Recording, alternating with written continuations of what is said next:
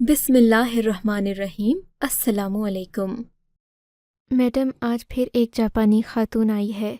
اس کا بچہ ہونے والا ہے، 2 ماہ میں اس کی ڈیلیوری ہے۔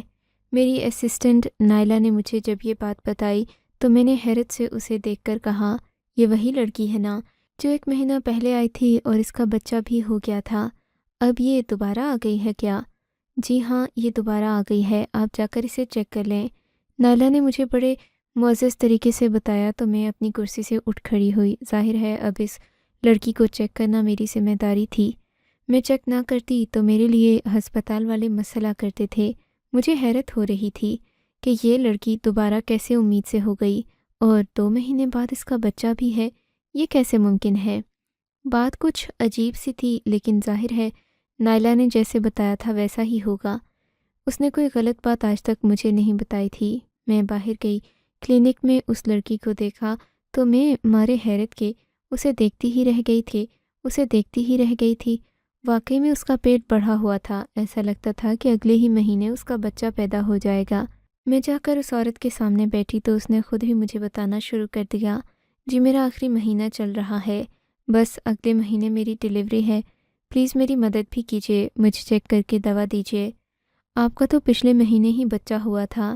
جی وہ تو ہو گیا، اب یہ میرا دوسرا بچہ ہے، آپ میری مدد کریں گی، مجھے دوائیاں لکھ کر دیں گی تو میرے لیے آسانی ہوگی، ورنہ آپ تو جانتی ہی ہیں کہ ایک بچے کے بعد دوسرا بچہ پالنا اور پیدا کرنا ایک ماں کے لیے کتنا مشکل ہوتا ہے۔ اس نے یہ بتا کر مجھے حیران کر دیا تھا۔ جی میں سمجھتی ہوں، آپ کی بات سے اتفاق بھی کرتی ہوں، لیکن آپ جو کہتی ہیں وہ ممکن نہیں ہے۔ ایک عورت 9 مہینے بعد ہی بچہ پیدا کر سکتی ہے، آپ کا پچھلے مہینے ہی بچہ پیدا ہوا تھا، آپ کیا کہتی ہیں کہ 2 مہینے بعد دوبارہ آپ کا بچہ پیدا ہوگا؟ ایسا ہی ہے، کوئی یقین نہیں آتا تو آپ میرا الٹرا ساؤنڈ کر کے دیکھ لیں، جاپانی عورت نے بڑے اعتماد سے کہا۔ تو میں بھی اٹھ کھڑی ہوئی، کوٹ پہنا اور اسے الٹرا ساؤنڈ روم میں چلنے کا کہا۔ مجھے تو ایسا لگ رہا تھا جیسے اس نے اپنے پیٹ میں کوئی اور چیز لا رکھی ہے اور اسی کی وجہ سے اس کا پیٹ پھولا ہوا ہے، کیونکہ ایسا تو ہو ہی نہیں سکتا کہ ایک عورت 1 مہینے کے اندر دوبارہ بچہ پیدا کرنے کے قابل ہو جائے۔ امید سے ہونا ایک عام بات ہے، لیکن دوبارہ بچہ پیدا کرنا وہ بھی اتنے کم عرصے میں، یہ بڑی اچنبھے کی بات تھی۔ خیر وہ ذرا بھی ہچکچا نہیں رہی تھی، اس نے تو کہا کہ وہ کوئی بھی الٹرا ساؤنڈ کروانے کے لیے تیار ہے۔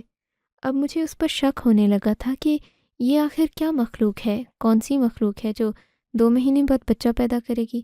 خیر میں نے الٹرا ساؤنڈ کیا تو میری آنکھیں پھٹی کی پھٹی رہ گئیں۔ واقعی میں اس کے پیٹ میں بچہ ایسا ہی تھا جیسے 7 مہینے کا ہوتا ہے، یعنی وہ کافی عرصے سے امید سے تھی۔ میں نے آنکھیں پھاڑ کر اسے دیکھا تو وہ مجھے دیکھ کر مسکرانے لگی۔ دیکھ کیا رہی ہو، میں نے تمہیں پہلے ہی کہا تھا کہ میں امید سے ہوں، میرا بچہ ہونے والا ہے، مگر تم ڈاکٹر ہو، بس تم لوگوں کے دماغ کتابیں پڑھ پڑھ کر خراب ہو جاتے ہیں، میں کیا کہہ سکتی ہوں، اس نے افسوس سے کہا اور پھر ایک طرف بیٹھ گئی۔ میں تو اسے دیکھتی ہی رہ گئی۔ میں نے اپنی اسسٹنٹ سے کہا کہ تم ان کے لیے دوائیاں لکھو اور انہیں ڈیلیوری کی ڈیٹ بھی دے دو۔ میں نے ایسا ہی کیا، مگر جب میں نے ڈیلیوری کی ڈیٹ اس عورت کو بتا دی تو اس کے چہرے پر پریشانی کے آثار نمایاں ہونے لگے۔ اس نے مجھ سے بار بار پوچھا کہ کیا میرا بچہ صحت مند ہے۔ میں نے جواب دیا کہ جی ہاں، آپ کا بچہ بالکل صحت مند ہے، آپ کو پریشان ہونے کی ضرورت ہی نہیں۔ میں نے دیکھا باہر اس کا شوہر بھی کھڑا تھا۔ جب میری نظر اس عورت کے شوہر پر پڑی تو مجھے ان دونوں پر شک ہوا تھا، کیونکہ اس کے شوہر کے چہرے پر بہت زیادہ سختی تھی، غصہ اتنا کہ دیکھ کر کوئی عام عورت بھی ڈر جائے، پھر وہ تو اس کی بیوی تھی جو اس کے ساتھ آئی تھی۔ دونوں بہت ڈری سہمی ہوئی تھیں۔ اس لڑکی کے ساتھ اس کی نوکرانی بھی تھی جو کہ اس کے ساتھ آئی تھی۔ میں نے دیکھا وہ بھی الٹرا ساؤنڈ کمرے کے اندر موجود تھی، ہر بار وہ اس کے ساتھ ہی آتی تھی۔ مجھے یاد آیا کہ ازوکا کا رویہ پہلے بھی بہت عجیب سا تھا، وہ بہت ڈری ہوئی تھی۔ یاد رہے کہ ہسپتال میں آنے والی اس مریضہ کا نام ازوکا تھا اور یہ بہت ہی خوبصورت لڑکی تھی۔ اس کے چہرے پر کوئی داغ دھبا نہیں تھا، بال گھنے لمبے تھے اور آنکھیں کسی جھیل کی جیسے گہری تھیں، مگر آنکھوں میں پریشانی ہی ہوتی تھی۔ ازوکا کا شوہر بھی بہت سخت گیر معلوم ہوتا تھا، وہ ہمیشہ کمرے کے باہر کھڑا رہتا، ازوکا کو کوئی بات کسی سے نہیں کرنے دیتا۔ جیسے ہی ازوکا کا چیک اپ ہو جاتا یہ اسے گھر لے جاتا تھا۔ پچھلی بار بھی ازوکا کا کیس پورے ہسپتال میں بڑا مشہور ہوا تھا کہ اس کا شوہر بہت سخت ہے۔ بہت ساری لڑکیوں نے اسے یہ بھی کہا کہ تم اپنے شوہر کے خلاف درخواست دے دو، پولیس میں جاؤ، تمہارے اپنے حقوق ہیں، تم ان حقوق کو طلب کرو۔ مگر آسوکا بہت شریف لڑکی تھی، وہ کبھی کسی کی بات نہیں سنتی، کہتی کہ مجھے اپنے شوہر سے بے پناہ محبت ہے، میں اس کے بغیر نہیں رہ سکتی، اور وہ مجھ پر سختی نہیں کرتا، وہ مزاجن ہی ایسا ہے، اس لیے میں اس کے بارے میں کوئی بات کسی سے نہیں کروں گی۔ آسوکا کی یہ عادت سبھی کو پسند تھی۔ آہستہ آہستہ لڑکیوں نے اسے یہ بات کہنا چھوڑ دی، اور آسوکا کے بارے میں سبھی نے سوچنا اور نوٹ کرنا بھی چھوڑ دیا تھا۔ مگر آج ایک بار پھر وہ ہمارے ہسپتال میں آئی تو سبھی کی توجہ کا مرکز بن گئی تھی۔ آسوکا کا شوہر اسی طرح سخت گیر تھا، اس کے چہرے پر کوئی خوشی نہیں تھی، جبکہ دوسری اولاد کے وقت شوہر زیادہ خوش ہوتا ہے کیونکہ وہ اپنی نسل کو بڑھتے دیکھ رہا ہوتا ہے۔ خیر، اس کے جانے کے بعد مجھے میری اسسٹنٹ نے بتایا کہ یہ لڑکی مجھے بہت پریشان لگتی ہے، آپ اس کا علاج کرنے کے دوران اس سے پوچھے گا ضرور ہے۔ میں نے کہا کہ یہ سب کرنا بیکار ہے، ہم آسوکا سے پہلے بھی پوچھ چکے ہیں کہ تمہیں تمہارا شوہر کوئی زور زبردستی تو نہیں کرتا، ویسے بھی آج کل اتنا بچہ کوئی نہیں کہ شوہر زبردستی کرے اور عورت ظلم سہتی رہے، تم بھی اس بارے میں سوچنا چھوڑ دو۔ میری اسسٹنٹ لیے دیے رہنے والی عورت تھی، وہ بھی خاموش ہو گئی۔ مگر 2 مہینے کے بعد جب آسوکا دوبارہ ہمارے ہسپتال آئی تو سب کی نظریں اسی پر تھیں، کیونکہ سبھی نے دیکھا تھا کہ 3 مہینے پہلے اس کا بچہ پیدا ہو چکا تھا، اور آج وہ پھر ڈیلیوری روم میں جا رہی تھی، یعنی ایک بار پھر اس کا بچہ پیدا ہونا تھا۔ مگر لیبر روم میں کچھ ایسا ہوا جس نے مجھے حیران کر دیا۔ میں آسوکا کے کیس کی تیاری کر رہی تھی، ساتھ ہی ساتھ میں منہ میں بڑبڑا رہی تھی کہ پتہ نہیں یہ کیسی پاگل عورت ہے جو اپنے شوہر کے پاگل پن کی خاطر اپنے آپ کو اذیت میں ڈالے ہوئے ہے، پتہ نہیں اس کے بچے پیدا کیسے ہوتے ہیں، انسان ہے یا کوئی اور مخلوق۔ میری یہ باتیں سن کر آسوکا نے جواب دیا کہ میں انسان ہی ہوں، بس مجبوری کی ماری ہوں، تم خدا کے لیے میرے بارے میں ایسی باتیں نہ کرو۔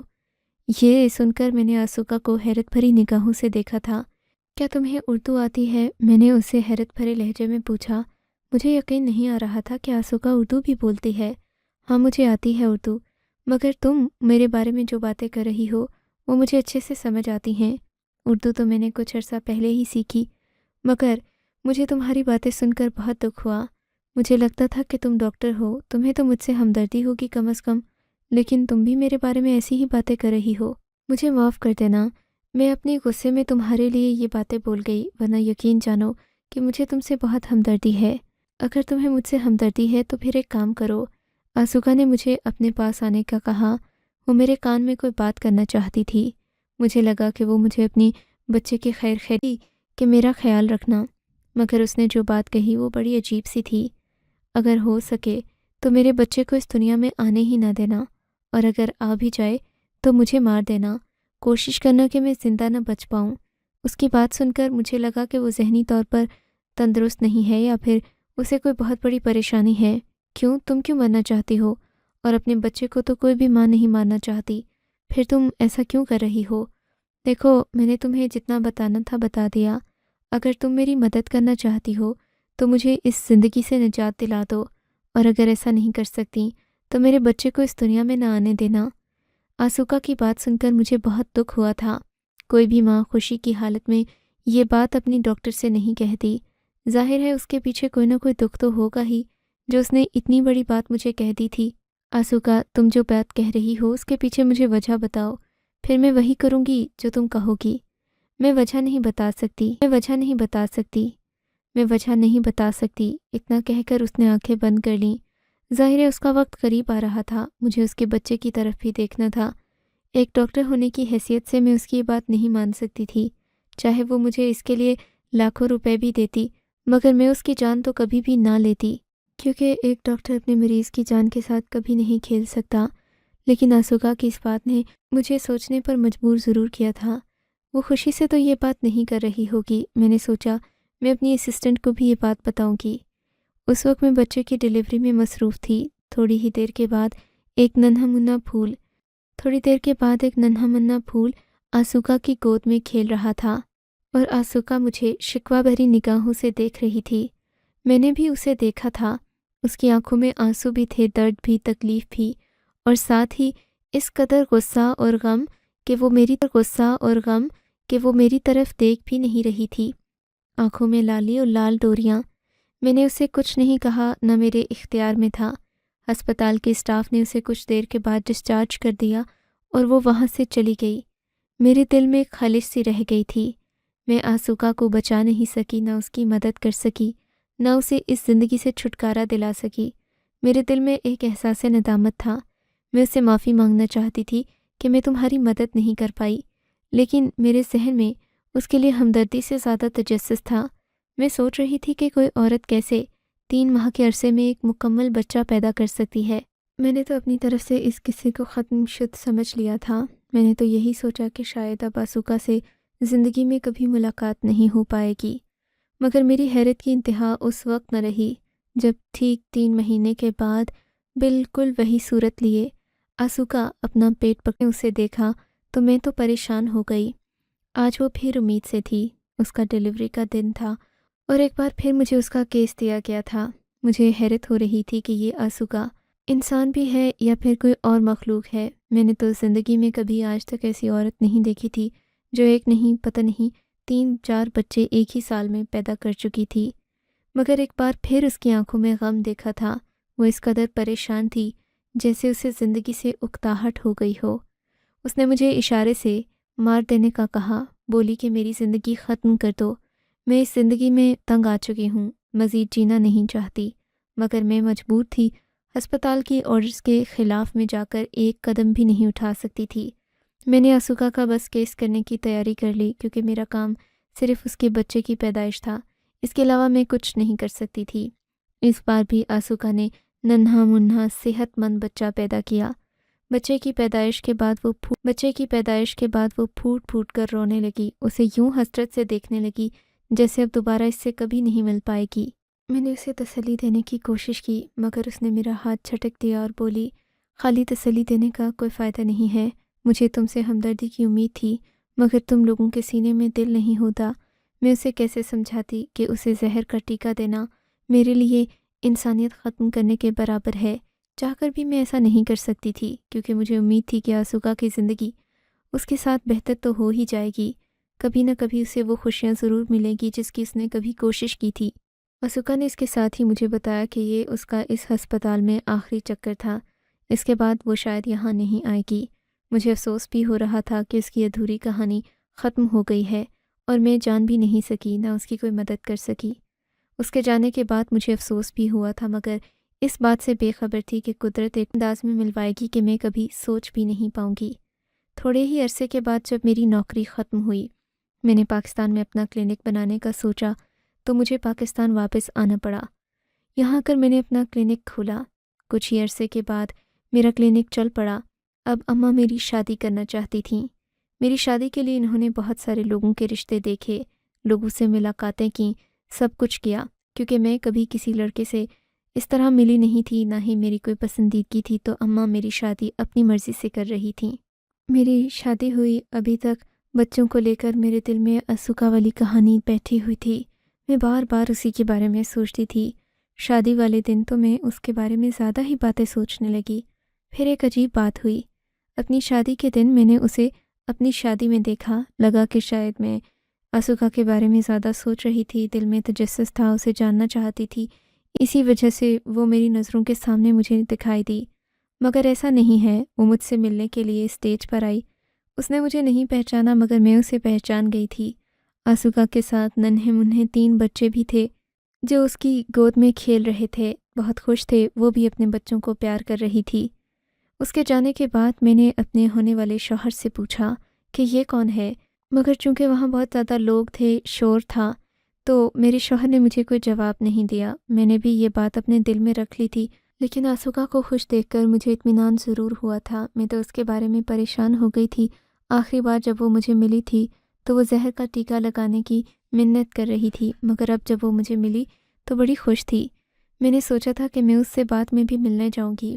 میرے شوہر سے دوسرے تیسرے دن پوچھا کہ کیا آپ کے خاندان میں کوئی جاپانی عورت بھی ہے؟ انہوں نے ہنس کر کہا کہ ہاں۔ تمہیں کیسے پتا؟ میں نے کہا کہ اسٹیج پر مجھ سے ملنے کے لیے ایک لڑکی آئی تھی، اس کے ساتھ بچہ بھی کھیل رہا تھا، وہی وہ عورت اس کے بارے میں پوچھ رہی ہوں۔ تب میرے شوہر عفان نے بتایا کہ یہ ان کے چچا کی بیوی ہے۔ ان کے چچا کا جاپان میں کاروبار ہے، انہوں نے اس عورت سے شادی کر لی، اس کے پہلے سے 3 بچے تھے، اسے یہاں لے آئے ہیں۔ مگر چچا جان کہتے ہیں کہ آسوکا کی کہانی بڑی دردناک ہے، ساتھ ہی ساتھ وہ بڑی باتیں بھی کرتے ہیں اور اس کے ساتھ ہمدردی بھی رکھتے ہیں۔ ہم تو نہیں مانتے کہ کوئی اپنی فرنگی بیوی سے اتنا پیار کر سکتا ہے، مگر بھائی وہ تو اس کے غلام بنے ہوئے ہیں، تم ان سے ملو گی تو دیکھ لینا کہ وہ اپنی بیوی کی کتنی تعریفیں کرتے ہیں، کبھی بھی اس کی کوئی برائی نہیں کرتے۔ حالانکہ مجھے تو چپٹے ناک والی وہ جاپانی عورت بالکل پسند نہیں ہے، مگر خوش رہتی ہے، ہر وقت ان کے ساتھ ہنستی کھیلتی رہتی ہے تو ان کو پسند ہوگی۔ عفان کی بات سن کر میں خوش بھی ہو گئی تھی۔ اب میں جان سکتی تھی کہ آسوکا کی زندگی میں کیونکہ وہ میرے شوہر کے چچا کی بیوی تھی اور میں اس سے بات بھی کر سکتی تھی۔ 2-3 دن کے بعد ان لوگوں نے ہمیں خود ہی دعوت پر بلایا۔ میرے شوہر نے بتایا کہ اس کا نام عائشہ ہے، میرے چچا کی بیوی کا نام عائشہ ہے کیونکہ اس نے اپنا جاپانی نام ختم کر کے اپنا نام عائشہ رکھ لیا ہے، اور اب وہ مسلمان ہو گئی ہے تو چچا کے ساتھ ہر کام کرتی ہے، ان کے مہمانوں سے بھی خوش اسلوبی سے ملتی ہے۔ مجھے پتہ تھا کہ آسوکا نے مجھے پہچانا نہیں ہوگا، میں تو خیر اسے عائشہ چچی کہوں گی، لیکن میں جانتی تھی کہ جب وہ مجھے بغیر میک اپ کے دیکھے گی، دلہن کے علاوہ مجھے عام لباس میں دیکھے گی تو سمجھ جائے گی کہ میں کون ہوں، کیونکہ ہم لوگ شادیوں پر بہت زیادہ میک اپ کرتے ہیں، اور ویسے بھی میک اپ میں عورت کی اصل شکل تو چھپ ہی جاتی ہے۔ اسی لیے جب میں آسوکا کے سامنے گئی تو میں نے دیکھا کہ وہ مجھے ایک لمحے میں پہچان گئی۔ مجھے لگتا تھا وہ مجھ سے ناراض ہوگی، کیونکہ آخری بار جب ہم ملے تھے تو بظاہر میں نے اس کی کوئی مدد نہیں کی تھی، مگر جیسے ہی اس نے مجھے پہچانا اس نے زور سے کھینچ کر مجھے گلے لگایا اور رونے لگی۔ آسوکا کا یہ رویہ دیکھ کر میں خود حیران ہو گئی تھی، کیونکہ میں نے تو آج تک اس کی کوئی مدد نہیں کی تھی، بس ڈاکٹر ہونے کی حیثیت سے جو بھی کیا وہ کیا، لیکن اس کے علاوہ نہ ہی اس کی کوئی بات مانی، نہ ہی اس پر کوئی فیور کی تھی، مگر وہ بہت مشکور تھی میری۔ میں آپ کا شکریہ کیسے ادا کروں، مجھے سمجھ میں نہیں آتا۔ اس کی یہ بات سن کر میں حیران ہو گئی۔ میں بہت شرمندہ ہوں عائشہ کہ میں آپ کی مدد نہیں کر سکی، مگر یقین جانیے کہ میرے بس میں نہیں تھا۔ میری بات سن کر اس نے کہا کہ نہیں، میں تو آپ کی شکر گزار ہوں، میں آپ کی شکر گزار ہوں کہ آپ نے اس وقت میری مدد نہیں کی، اگر آپ میری مدد کر لیتیں تو آج میں یہاں نہ ہوتی۔ وہ پھر سے رونے لگی تھی۔ اتنے میں میرے شوہر کے چچا آ گئے، وہ دیکھ کر حیران رہ گئے کہ ہم دونوں ایک دوسرے کو جانتی ہیں۔ میں نے اپنے شوہر کے چچا کو بتایا کہ دبئی میں نوکری کے دوران آسوکا اکثر میرے پاس آیا کرتی تھیں۔ رشید چچا یہ سن کر حیران ہوئے، بولے کہ مجھے تو یہ بات پتہ نہیں تھی کہ آپ ہی وہ ڈاکٹر ہیں جن کی اکثر یہ تعریف کیا کرتی ہیں۔ عائشہ آپ سے بہت خوش ہیں، آپ کو اکثر یاد کرتی رہتی ہیں، کہتی ہیں کہ ایک ایسی عورت بھی میں نے دیکھی جو میری تمام تر بدتمیزی اور ضد کے باوجود مجھے برداشت کرتی رہتی تھی۔ یہ بات سن کر میں خوش بھی ہوئی تھی، حیران بھی ہوئی کہ آسوکا کو میری کوئی بات بری نہیں لگی تھی، بلکہ وہ میری ہر بات سے خوش بھی تھی اور میرا شکریہ بھی ادا کر رہی تھی۔ اس وقت ہم سب لوگ ایک رسمی ملاقات کے لیے آئے تھے۔ میں اس سے بہت بار بچوں والی بات پوچھنا چاہتی تھی، مگر چونکہ میرے شوہر کے چچا آسوکا کے شوہر تھے تو میں یہ بات غیر مناسب سمجھتی تھی کہ ان کے سامنے پوچھی جائے۔ میں نے سوچا کہ ہم ایک اکیلی ملاقات میں یہ بات ضرور کریں گے۔ پھر قدرت نے مجھے وہ موقع بھی دے ہی دیا جب میں آسوکا سے اکیلی ملی۔ ایک دن وہ خود ہی میرے کلینک آ گئیں۔ میں نے ان کے لیے چائے منگوائی تو بولیں، میں آپ کا شکریہ ادا کرنے آئی ہوں۔ اس دن میں آپ کو اصل بات بتا نہیں سکی کیونکہ میرے شوہر بھی تھے، اگرچہ ان کو یہ باتیں پتہ ہیں، مگر پھر بھی میں ان کے سامنے اپنا ماضی نہیں دہراتی۔ ماضی کو دہرانے سے ہو سکتا ہے کہ ان کے دل میں کہیں نہ کہیں میرے لیے کوئی نفرت پیدا ہو جائے، اور میں ایسا بالکل بھی نہیں چاہتی۔ آپ کے چچا میرے دوسرے شوہر ہیں، آسوکا نے بات کو آگے بڑھاتے ہوئے کہا تھا۔ اس کی آنکھوں میں نمی بھی تھی، تشکر کے آنسو بھی۔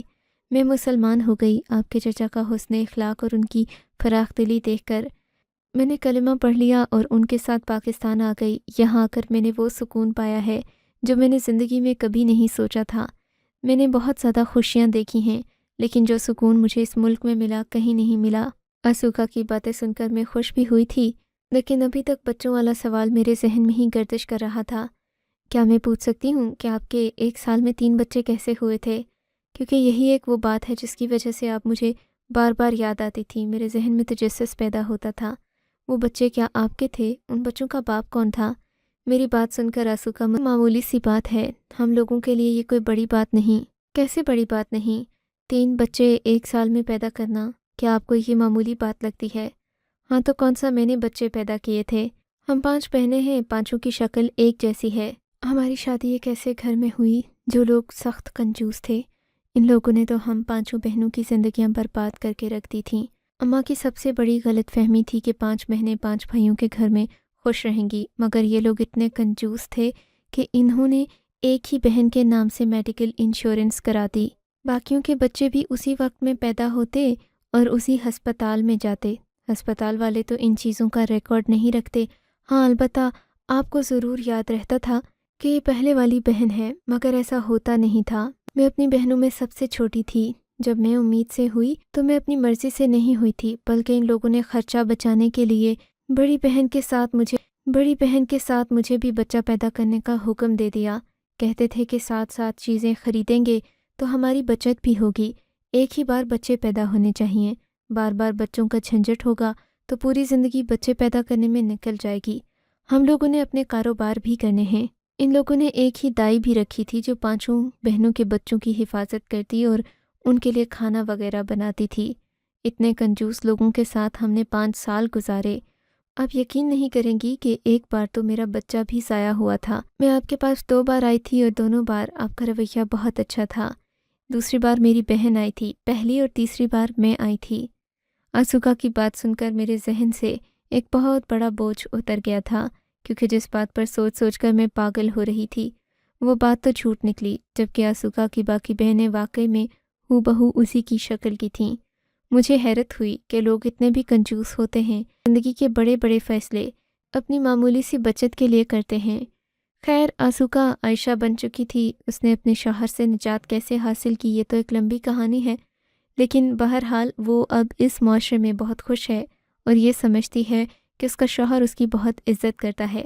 مجھے بھی آسوکا کو دیکھ کر اس لیے خوشی ہوتی ہے کیونکہ اب وہ ایک مسلمان معاشرے میں ہے، اور میں یہ بات یقین سے کہہ سکتی ہوں کہ میرے چچا اس کا بہت خیال رکھتے ہوں گے۔ آپ کو اگر یہ کہانی اچھی لگی ہے تو اس ویڈیو کو لائک کیجیے، اور اس طرح کی مزید کہانیاں سننے کے لیے ہمارے چینل کو ضرور سبسکرائب کیجیے۔ کہانی سننے کا شکریہ۔ آپ سے ملاقات ہوگی اگلی ویڈیو میں، تب تک کے لیے اللہ حافظ۔